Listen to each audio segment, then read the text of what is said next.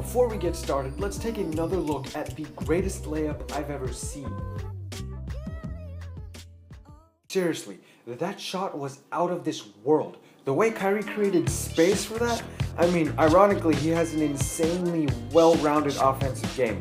And he had to create that shot in mid-air. He didn't even plan it. What on earth was going through his mind? The rotation on that ball literally made my day. Okay, I think I just about nailed every single shitty Kyrie pun in the book. We can get on with the video now. And stop with the Kyrie flat earth jokes, people. Please. Thank you. Enjoy. Yo, what is up, guys? We're back with a brand new video, and this time I'm gonna be discussing the man who single-handedly destroyed the most famous quote in basketball history. Ball don't lie. Because no, that's pretty much exactly what ball does now. Is lie. All the time. So yeah, make sure to go down, guys, and smash that thumbs up button. Let's try for 300 likes, guys. Let's get the triple wilt. 300. We got this. And without further ado, enjoy till the end. Let's do this. You think he can be as good as Steph Curry in the NBA? Heck no! Oh, he's pretty reasonable. That's oddly humble of him. Respect to you, Lavar Ball. He gonna be better than Steph Curry in the NBA. Nope. He's actually worse than I thought. Yeah, that one's on me. I should have seen that coming. I wouldn't be surprised if Lavar Ball went to elementary schools just to stop children from shouting Kobe and start shouting Lonzo whenever they throw paper in a trash can. Kobe! And speaking of Kobe, Lavar Ball says Lonzo will play for the Lakers. I'm going to speak it into existence. Lonzo Balls' dad says my son will only play for the Lakers. Oh, is that so? Philadelphia 76ers it is. No. Then we'll just have to sit through years of Lavar Ball saying, my son is going to be the greatest ball handler in Sixers history. Scratch that. The greatest player in Sixers history. So in that case, Brooklyn Nets it is. Seriously, guys, we're going to get into a ton of stuff Lavar Ball has said, and unfortunately the quotes only get worse from here. Also, Lavar Ball's words are having all the negative impact in the world. Not one positive thing is coming from them. Literally nothing I can think of. And it's real fucking easy to talk a big game when your ass sits and watches from the sidelines. And your son is the one who has to go out there and perform. And when I say he is potentially going to ruin Lonzo's career, I mean it from several different angles. Lavar Ball is the sportscenter to Lonzo Balls' Steph Curry. As we all remember, SportsCenter shoved as much of Steph Curry up our ass as possible last season. Pre-game, during game, post-game, it was all Steph Curry. So as soon as he fucked up or even had one single bad game, we all got on him. We roasted him. The hype got to such annoying levels that we hoped on Steph Curry to fail, just so we don't have to deal with the non-stop Steph Curry fest. Lonzo's situation is or will become insanely similar to this. If Lonzo does anything douchey off the court or has a 2 for 17 shooting performance, we are gonna destroy him. The hate will come from all directions simply because his father wouldn't stop babbling on about how his son is the second coming. And none of this is Lonzo's fault. Hell, if we think about it, none of last year was Curry's fault. Sometimes the hype men take shit way too far, and we've had enough. I don't know about you guys, I don't think we've heard a single word of arrogance from his sons. Of course, sometimes arrogance isn't shown through words, yet through your jump shot.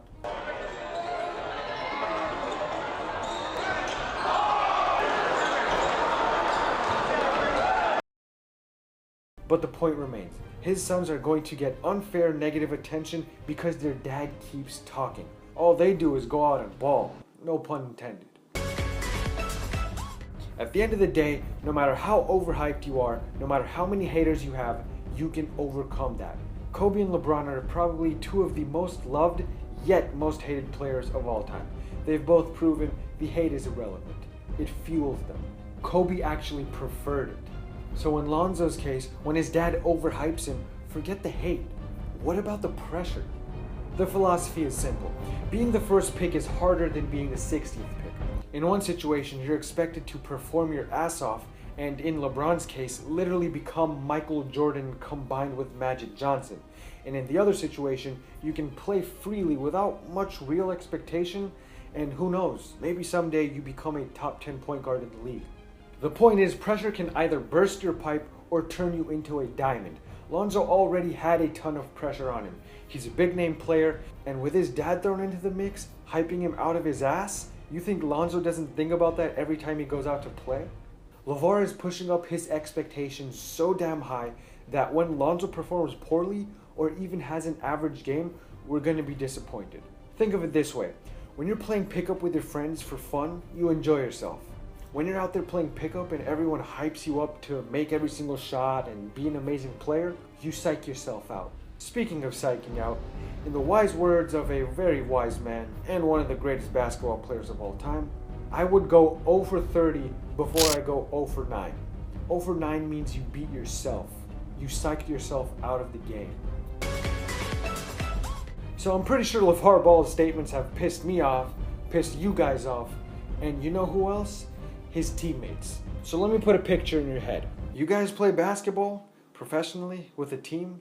Yes, no, maybe? Well, I'm sure you guys are well aware of one of your teammates' fucking dad who sits courtside every game, and this motherfucker just fights with everyone. If you take a shot, he's gonna yell at you from the sidelines. Hey jackass, my son was open. Even though you're on the same team and he actually wasn't open. Yeah, I'm 100% certain if you guys play team basketball, you're familiar with this dad. This, my good people and Warriors fans, is Lavar Ball. Because of Lavar, Lonzo's teammates can easily turn on him. His father makes it so evident, hey, my son is the only reason this team is good or even relevant. Now, whether that's true or not, you think the other 14 guys are trying to hear that? I don't think so. For those of you who think I'm exaggerating here, allow me to show you this quote, and then tell me Lavar Ball isn't a fucking Looney Tune. Lonzo will make D'Angelo Russell the ultimate scorer as a 2-guard. Okay, so this is already hilarious. Lonzo will make D'Angelo Russell the ultimate scorer as a 2-guard, implying that, hey, D'Angelo, as soon as my son is on the team, your point guard duties are up, brother. My son's the point guard now. You can move over to shooting guard. No, I don't know how that's gonna work with Clarkson. Figure it out. That's your problem now. Let's continue. Lonzo will make D'Angelo Russell the ultimate scorer as a 2-guard. He'll make Brandon Ingram a nice slasher. He'll make Julius Randle want to run the court. He'll also make Kobe Bryant come out of retirement, Steph Curry perform well in the finals, LeBron a 95% free throw shooter, and turn the Sacramento Kings organization to the fucking Spurs. If you guys don't think these Laker players have heard this and are already annoyed the fuck out of his dad, you're as crazy as he is. And the quotes kinda get worse. Lavar Ball pointed to what his son has done at UCLA. Everyone says UCLA is a good team. Man, they had the same team last year. Still don't think Lonzo's teammates might take this the wrong way? I mean, I personally interpret this as, your team wasn't shit until my son graced you unworthy peasants with his unmatched basketball talent. Okay, now I'm exaggerating, but the point remains. Even if what Lavar is saying is the absolute truth, no one wants to hear it. Do you know how many times Jordan could have come out and said, hey, the Bulls aren't jack shit without me. I'm the only fucking man here. You know how many times he could have said that? Not very many, because he had some fucking great teams around him. Stop with the myths, people. But if he did say something like that in the 80s, even though it's true, it's just cancerous to the team. If Lavar Ball has given any indication as to what he's like as a parent, it's that he is over-controlling and potentially over-possessive. What this means is, I wouldn't be surprised if he wants to be involved in every single thing Lonzo does in the NBA. And I'm talking money, people. Lavar would want to control what he does on the court, control what sponsors he signs with, and how much they pay him, what brand deals he gets, and of course, his contract. In other words, I fully expect Lavar Ball to come out and tell Lonzo, don't even look for an agent. Now that you're in the NBA, I'm your agent. I'll make the money calls. Lavar Ball is a loony biscuit. He's the last person I'd want handling Lonzo's money.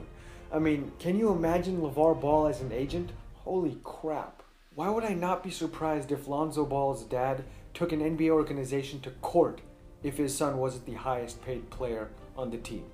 Why would I not be surprised? Absolutely. Now, you said something the other day that some thought was controversial.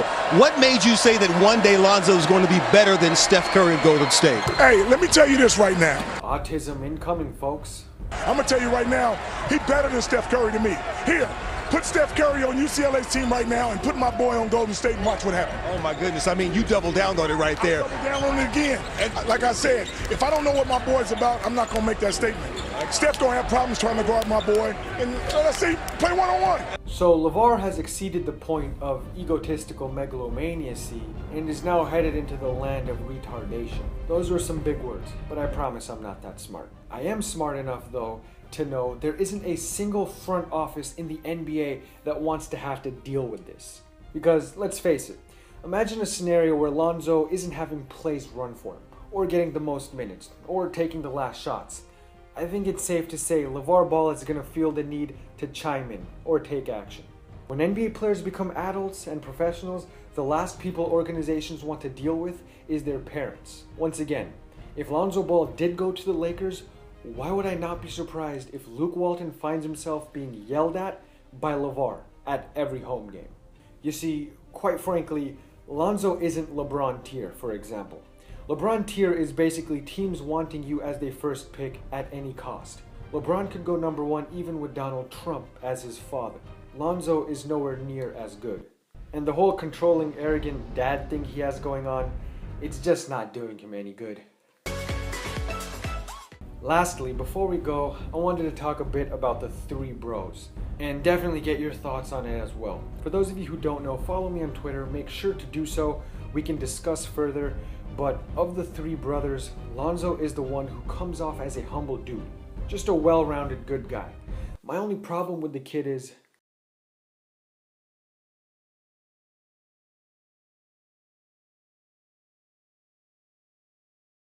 what the fuck is that?